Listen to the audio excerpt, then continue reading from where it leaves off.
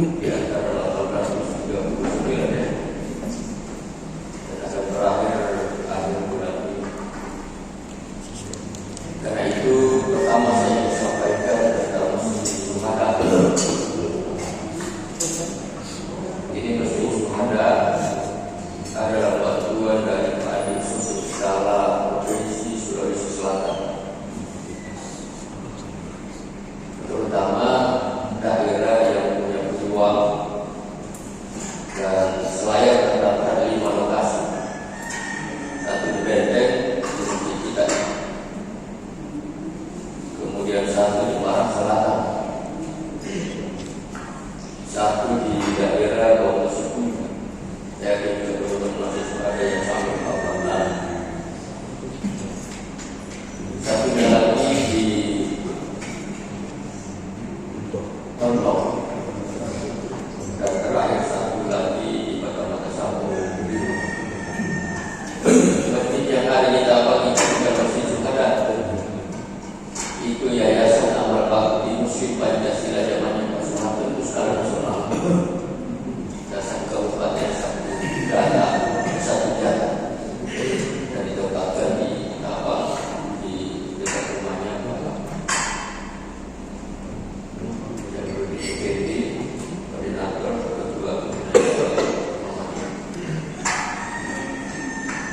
Yang kedua, pada minggu kita sudah memasuki hari-hari pertama Rabiul Awal,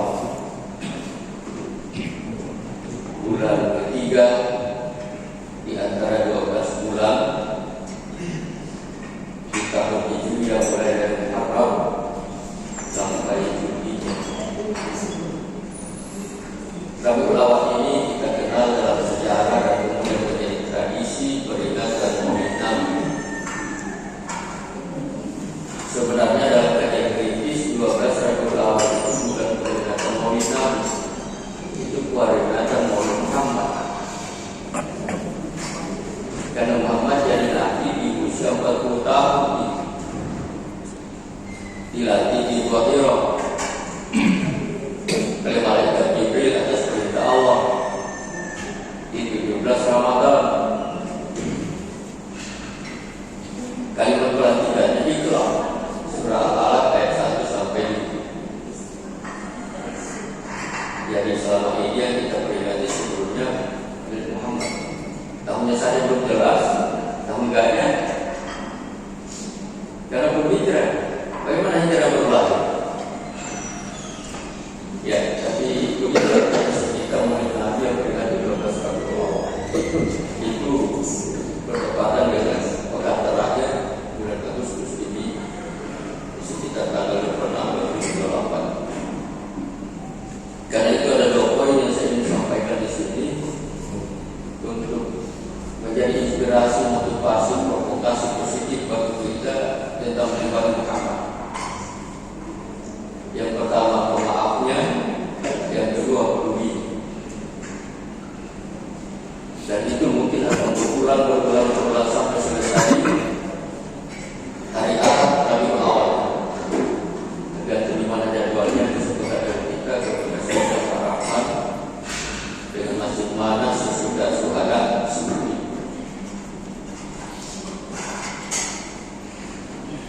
Bapak Ibu dan Saudara, pemaafnya Nabi itu luar biasa. Dia sanggup memaafkan saat sanggup membalas. Kita terkadang memaafkan karena terpaksa karena tidak bisa membalas. Muhammad di saat puncak kejayaannya, di saat puncak kebesarannya, di saat banyaknya jamaahnya, lawannya lemah, mulai memaafkan. Dan poin yang pertama saya ungkap tentang pemaaf Nabi berhubungan dengan bacaan ketika kita rukuk dan sujud. Umumnya bacaan bacaan doa kita waktu rukuk dan sujud, Subhana Rabbiyal Azim wa bihamdihi 3 kali waktu rukuk, Subhana Rabbiyal A'la 3 kali waktu sujud. Tetapi ada versi lain, dan ini ada hubungannya dengan sejarah ini.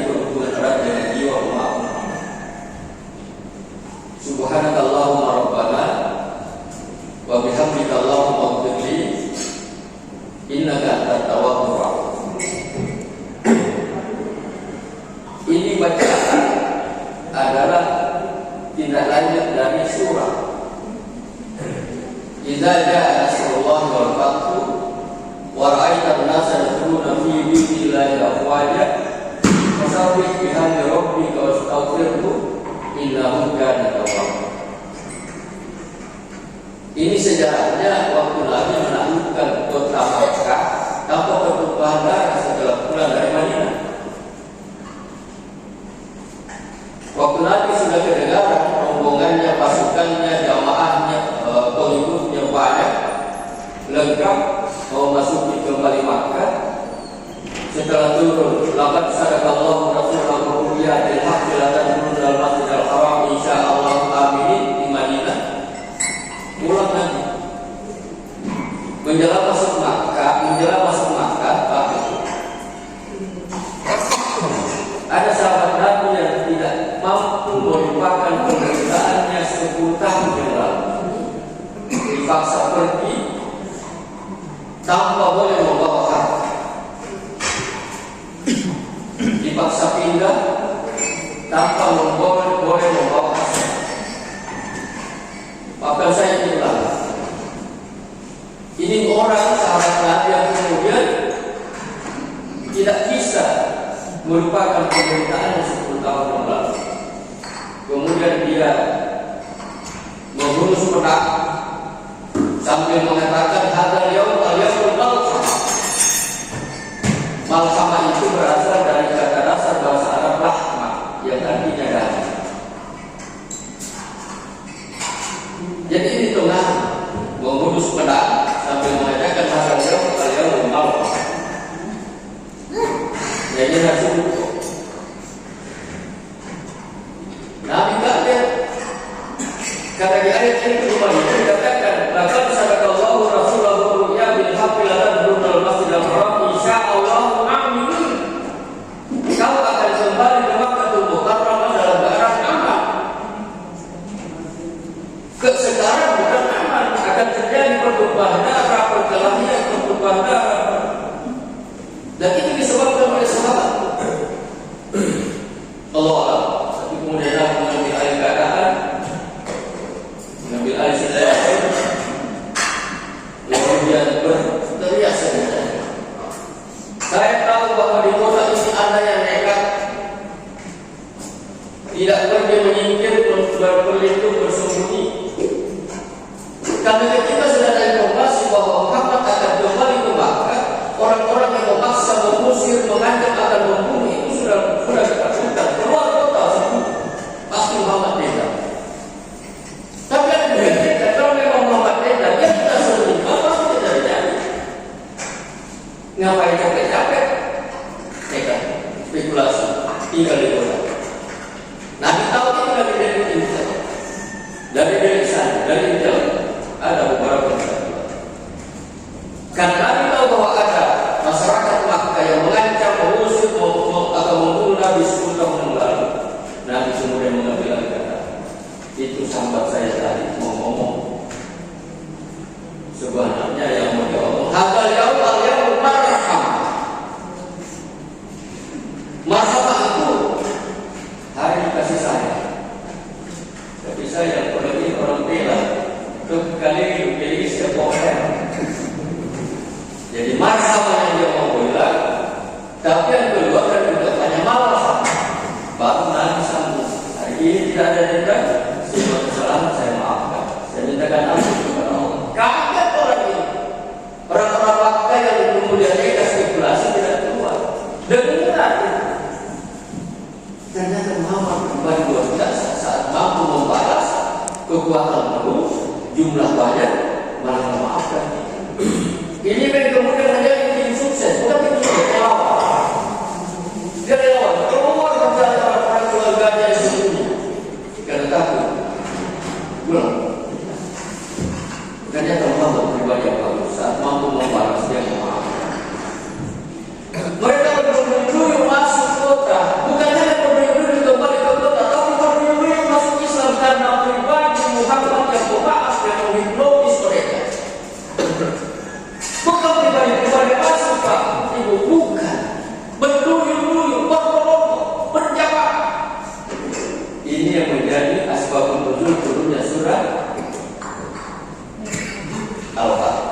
Idza jaa nasrullahi wal fathu, apabila telah datang pertolongan Allah dan kemenangan telah kamu raih, wa ra'aitan nasa yadkhuluna fi dinillahi afwaja, dan kamu saksikan orang-orang yang membencimu, mengusirmu, mengajak kamu membunuhmu dulu masuk Islam. Saya berkelompok berduyun-duyun. Fasabbih bihamdi rabbika, maka bertasbihlah dengan mengagungkan asma Tuhan. Wastaghfirhu, dan minta ampun. Innahu kana tawwaba, sesungguhnya Allah Maha Pengampun. Itu penanggalannya Bapak Ibu dengan bacaan ruku dan sujud. Menurut Muhammadiyah, Subhanallahumma rabbana ini tindak lanjut dari fasabbih bihamdi rabbika wastaghfirhu wa bihamdi subhanallahumma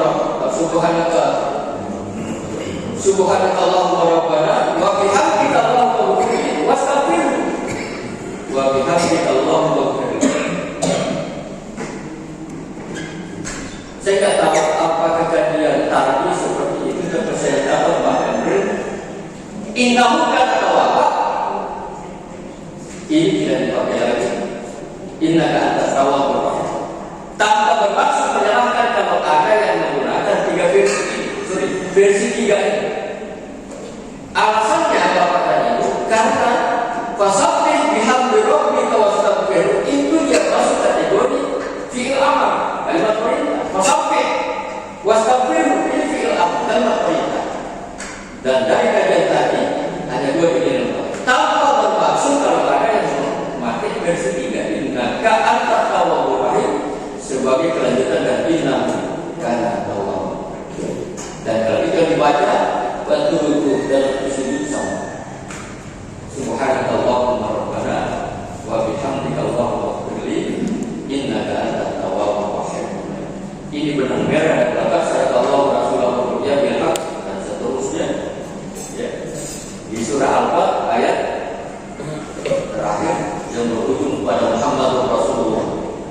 Kemudian masuk pada sejarah, lalu kemudian asbabun nuzul, karena dia pemaaf Nabi, turun surah Al-Fat, dan itu menjadi dasar Subhanallahumma rabbana wa bihamdika Allahumma ighfirli innaka antat tawwabur rahim. Itu pemaaf Nabi. Tentang pedulinya, 1-2 poin saya angkat Pak, menjadi motivasi kita karena akan himbauan sesudah itu. Pedulinya Muhammad itu diamalikan dalam Al-Quran surat Al-Baqarah, surat nomor 29, di antara lainnya Al-Baqarah 1 ayat sebelum ayat terakhir. Ini dalam kajian ilmu Al-Quran disebut ayat Ma'rifat. Laqad ja'akum rasulun min anfusikum azizun 'alaihi ma anittum harisun 'alaikum bil mu'minina raufur rahim. Ini ayat Ma'rifatul Rasul. Referensinya pakai sudah. Ayat terakhirnya itu ayat Ma'rifatullah. Fa in tawallaw faqul hasbiyallah la ilaha illallah alaihi tawakkaltu wa huwa rabbul arsyil azim. Bapak Ibu dan Saudara, bagaimana peduli Muhammad? Kita ambil publikkan sejarah ulangan untuk kesekian kalinya saat-saat meninggal di rumahnya. Beliau sakit, didampingi keluarganya dan sahabat-sahabat ini. Itu rumah ditutup, itu jendela ditutup. Nabi menyampaikan satu pesannya singkat, dan itu yang saya ulang kemarin di Masjid Al-Quran. Wariskan 2 perkara pada kalian: Al-Quran Al-Karim, firman Allah, dan sunnah. Siapa yang mengamalkan sunnah berarti dia mencintai itu. Siapa mencintai itu akan bersama di surga. Kita lihat dari dia apakah karena lelah, lemah, atau nanti memancing, saya jawab. Tapi kemudian suasana ini bakal sebahagia terpisah karena Nabi sudah ngomong tentang barisan. Ini syarat perpisahan sudah semakin dekat.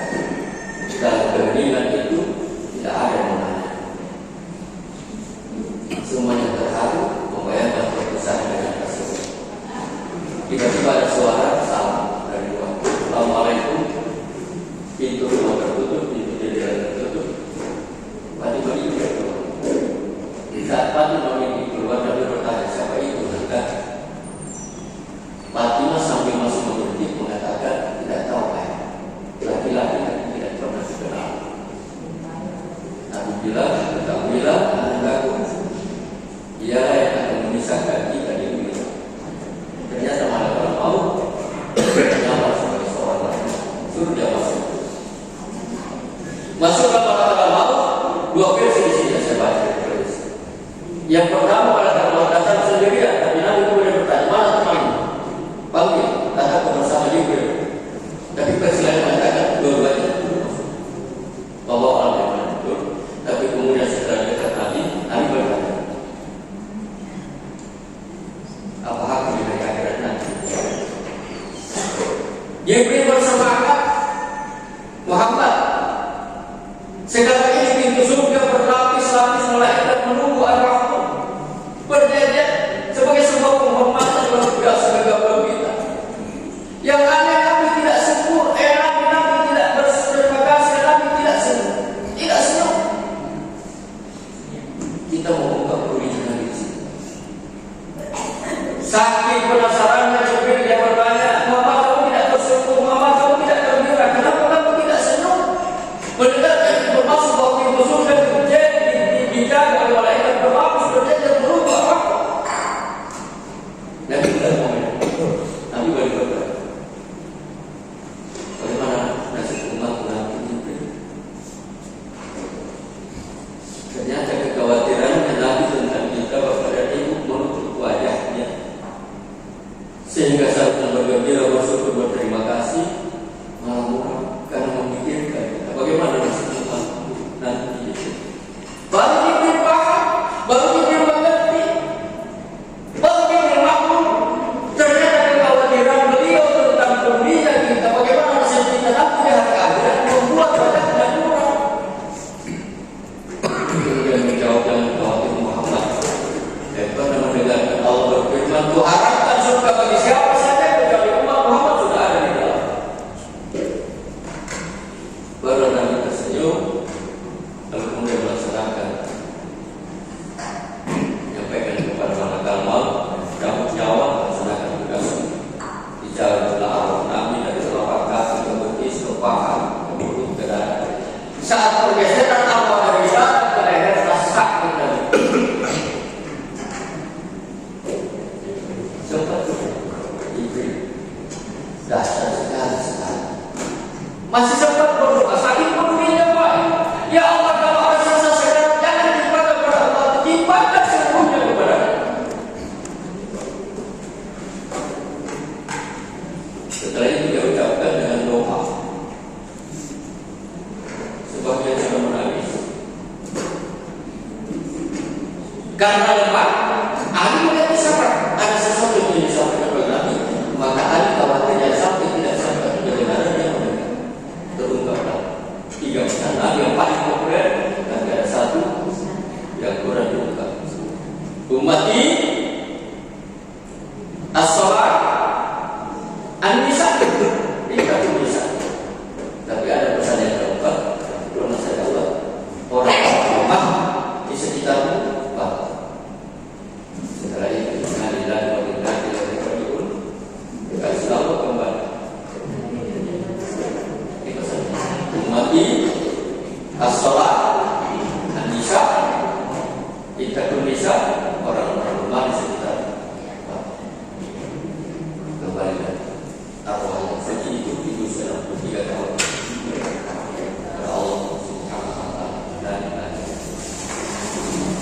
dua ini harus kita aplikasikan dalam kehidupan kita. Maaf dan tunggu.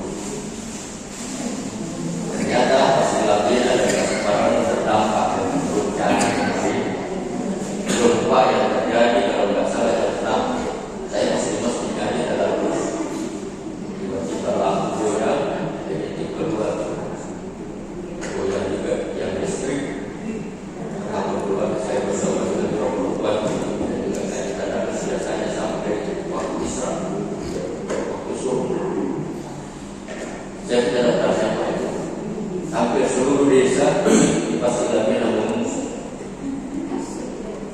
karena terbayang gempa yang terjadi